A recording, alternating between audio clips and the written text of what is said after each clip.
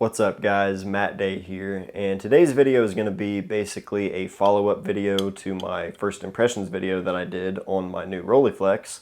I wasn't planning on making this video today, but my buddy Dan Crosley, he pointed something out to me that in the video I mentioned that, I had shot some photos around the house to test the camera out, and then I developed that roll, and in the video I said, here are some photos that I shot, or I said something about putting them up in the video, and then I had a million things going on that day and was functioning on very little sleep like I am today, and I completely forgot to put those photos in there. So today I figured I would go ahead and share these photos with you, as well as a couple of photos from the wedding that I also talked about in that video that I was planning on developing.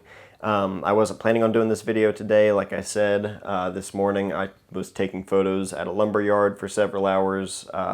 I was driving for about 4.5 hours total from, round trip, and came home and worked on a wedding for a client of mine at the Find Lab, and then I've got a million things going on. Had a migraine for the last couple of days. I'm drinking out of my Death Star mug today because my mind kind of feels like the Death Star when it gets blown up. So bear with me on this video. I'm going to try my best to get through this and not, stumble over my words, but we'll see how this goes. But the very first photo that we're going to take a look at is this photo of Nora.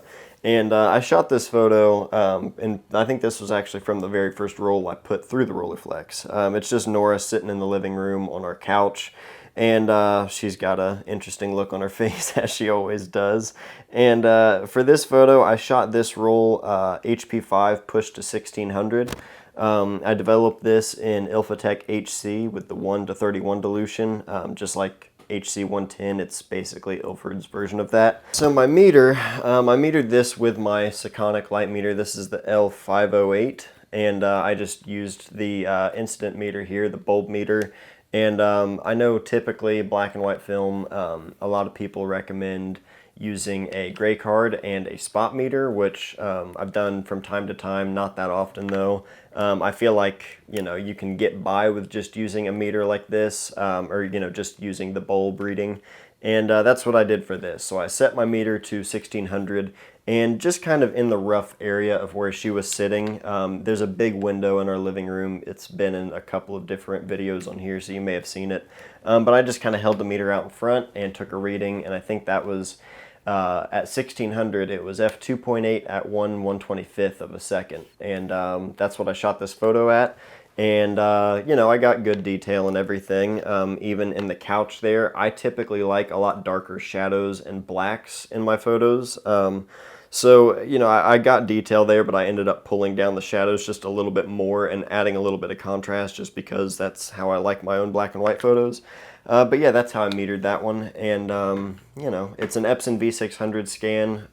Like I said, I was going to send off the wedding film to be scanned by the lab on a much nicer scanner, but this was all scanned on my V600 at home, and I scanned it in at 2400 DPI, no sharpening at all. The unsharp mask in Epson Scan, I always turn that off, and I just add my own sharpening in Lightroom, just because it seems like Epson Scan always over sharpens things and makes the grain look really just unnatural, I guess. I've never been a big fan of how that looked. So yeah, that's how I scanned all these images, just so you guys know.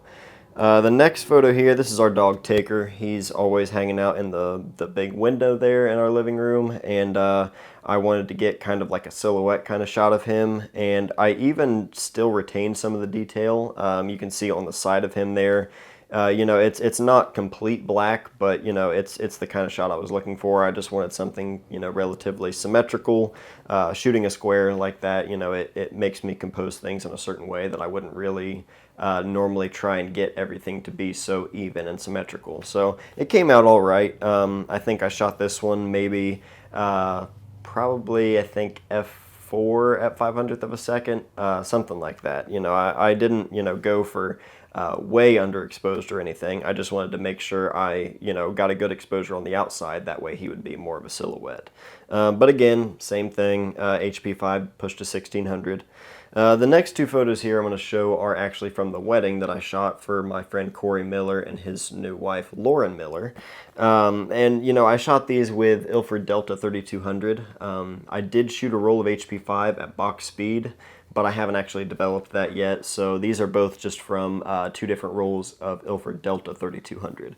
And for these, I rated the film at 1000, which is actually the true ISO of the film, and I am going to do a video on Ilford Delta 3200 soon because you guys seem to be really interested in that. And, you know, there was a few comments where people thought I was saying that Delta 3200 can't be shot as a 3200 speed film, or that, you know, you can't shoot it in low light, and I didn't mean, that's not exactly what I meant. We'll get more into that as far as the kind of light that is going to work for this film, or the kind of light that works when you're pushing film, because there's a lot of misconceptions about that. Obviously, there are a million different results out there, and people have gotten great results doing all sorts of different things. If you can hear my daughter, she probably just fell, but Molly's down there with her. But you know, there's a million different ways to get good results, or people have had a million different good results out there, but I'm just speaking on my own experience here. So Ilford Delta 3200 rated at 1000 and pushed to 3200 in the development. So basically what that means is I set my meter to 1000, and I was using this meter here, and I was using the bulb just like I did at home. So I set it to 1000 and just took a reading basically right in front of them where the couple here were standing, and I set my meter to what that gave me. I can't remember off the top of my head what that was, but I'm thinking it was maybe f4 at 500th of a second or f2.8 at 500th of a second. And yeah, developed it at 3200, so I used Ilfotec HC 1:31 dilution just like I always do, and here are my results. So, you know, it's got a good amount of contrast. I added a little bit more than what just the flat scan came out, just because I always tend to add a little bit of contrast because that's just what I like. But, you know, it's not like overly grainy or anything. Delta 3200, a lot of people think you're just going to see nothing but grain. I like the quality of it. I think it looks really good. But for some people, it's too much for their taste. But, you know, the photo came out, you know, relatively similar to like what I had in mind. You know what I mean? I wanted a little bit more grain, and I wanted that contrast there. I did have to add a little bit in post, but that's pretty normal even if I'm shooting HP5 pushing it to, you know, 3200. So the next shot here is actually them in their first dance, and this one I shot at 2.8 at 1/15th of a second, and I was really surprised with how the photos in here turned out, because as you can see, it's in, you know, your typical reception lighting and inside of a barn. You just have your little light bulbs everywhere. You know, it's not like you have big lighting in there, and it actually worked out pretty well. I basically took my meter and just kind of walked around and, you know, kind of metered a few different areas just to kind of get a rough estimate, so that way as I walked around I kind of knew what the light was like in certain areas, so I didn't have to always bring my meter. And I think right here around the dance floor, it was probably closer to a 30th of a second rather than a 15th, but I went ahead and just shot it at a 15th just to add a little bit more exposure in there just to be safe.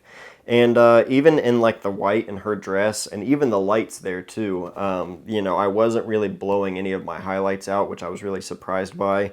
And shooting with a leaf shutter, I always enjoy shooting with anything like that, so I can get those really slow shutter speeds handheld and still get a usable image. There is a little bit of motion blur in this, but that's kind of what I was going for, because with them being in the first dance, I like that little bit of movement there. And, you know, Delta 3200, I really like the look of this film with the amount of grain it has.